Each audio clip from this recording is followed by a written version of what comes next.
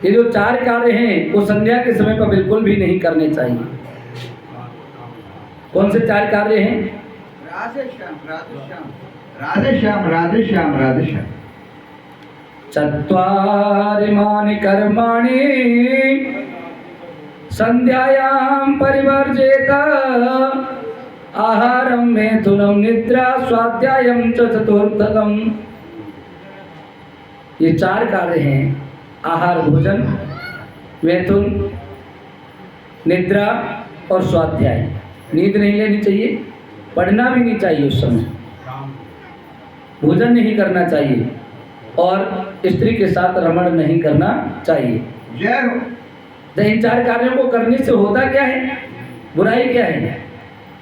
4 कार्यों में संध्या के समय करने से बुराई ये हो जाती है कि आहारे जायते व्याधि गर्भदुष्टच्च में तुने निद्रायाम हरते लक्ष्मी स्वाध्याये मरणम ध्रुवम।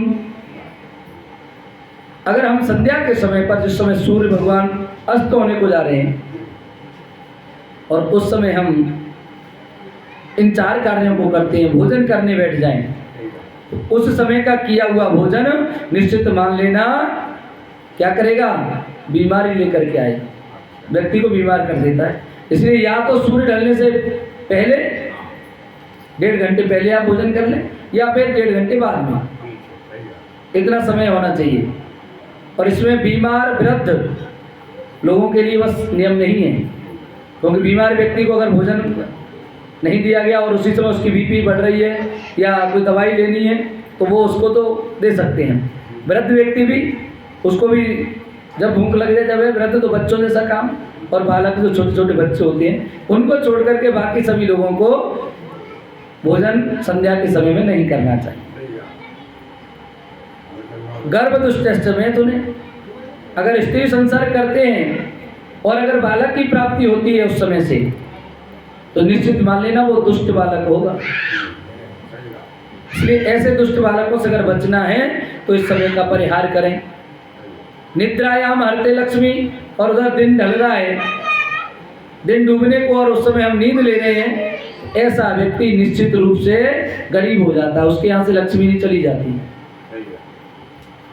केवल एक ही स्थिति में उस समय सोया जा सकता है, अगर मान लो हम रात्रि में भजन करके आए, रामायण पढ़ के आए, कहीं कीर्तन करके आ रहे हैं, भगवान का नाम लेके आए, और दिन में भी हम उसी काम में लगे हुए हैं, फिर अगर नींद आ गई तो उसका कोई दोष नहीं है, क्योंकि ऐसे टाइम पे तो फिर आ सकती है। व्यक्ति आकर के सो गया 3 बजे और 4 घंटे सो रहा है, 7-6 बजे दिन डूब जाए, तो 2-3 घंटे तो हो जाएंगे, ऐसा हो सकता है। लेकिन जहाँ तक हो नहीं सोना चाहिए।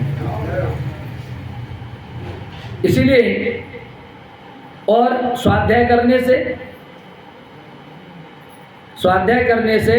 स्वाध्याये मरणम ध्रुवम। स्वाध्याय करने तो समझ लो कि हमारा जो और जो ज्ञान होता है ना, वो ज्ञान भी हमारा चला जाता है।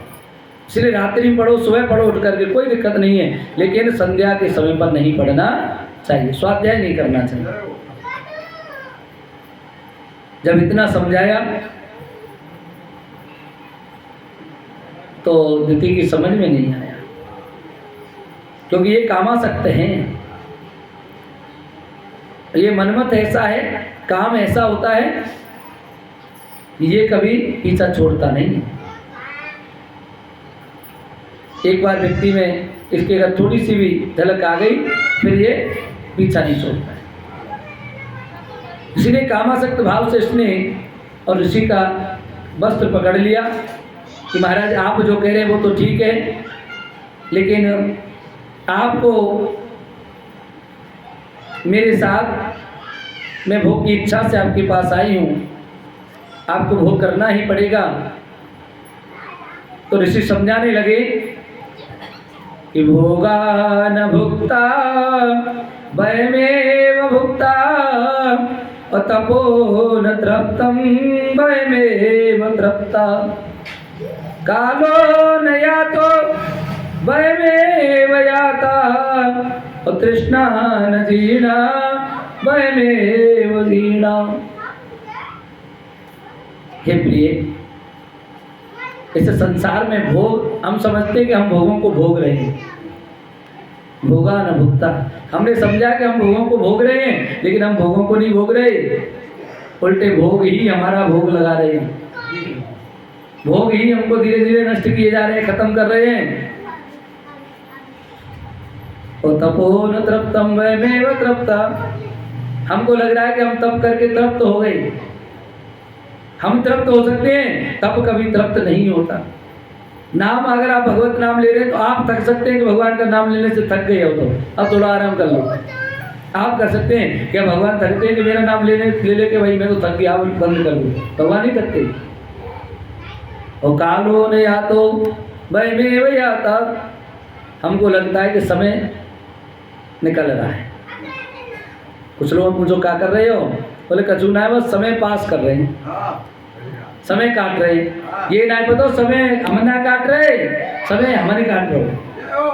समय हमको पास कर देता है धीरे धीरे, हमें लगता है समय को हमने पास किया है। अरे हम समय को क्या पास और फेल करेंगे, समय हमको पास फेल कर देता है। पता नहीं लगता कब समय आ जाएगी। इसीलिए तृष्णा न जीर्णा वयमेव जीर्णा, इस संसार में जो तृष्णा है, 3 प्रकार की तृष्णा होती है, वित्तृष्णा, लोकेष्णा और पुत्रेष्णा। पहली है पुत्रेष्णा, हर किसी को, हर माता बहन को, हर किसी को, व्यक्ति को, सबको लगता है कि मेरे एक पुत्र हो। अब पुत्र के लिए जो आवश्यक नियम है वो तो पूरे होने चाहिए, पत्नी भी होगी तभी तो पुत्र आएगा। तो पहला तो काम हो गया उससे। दूसरा काम पुत्र प्राप्ति का, और जब पुत्र हो जाते तो वे दूसरा वित्तृष्णा, वित्त की, धन की प्राप्ति चाहिए। और धन, चलो धन भी हो गया, लेकिन उस धन को बचाना बड़ा दुर्लभ है। तीसरी जो होती है लोकेष्णा, इससे कोई नहीं बचता है। धन की तो एक बार के लिए सोचते हैं कि साईं इतना दीजिए जामे कुटुंब समाए, और मैं भी भूखा ना रहूं साधु न भूखा जाए। इतना देता रहे, हमें कोई जरूरी नहीं कि 2 मंजिल बनना चाहिए, 1 मंजिल में काम चला लेंगे। इसमें तो फिर भी लोग सोच लेते हैं, अगर पुत्र नहीं है पुत्री होगी तो भी आदमी आजकल सोच लेता है ठीक है भगवान ने पुत्री तो दी है, उसमें भी काम चल जाता है। लेकिन ये ऐसी है लोकेष्णा, ईश्वर के बिना किसी का काम नहीं। हर व्यक्ति चाहता है कि मेरा नाम हो, लोग मुझे जाने, लोग मुझे जाने, हर कोई चाहता है। संत महात्मा बैरागी कोई भी हो, हर कोई चाहता है कि सब लोग हमें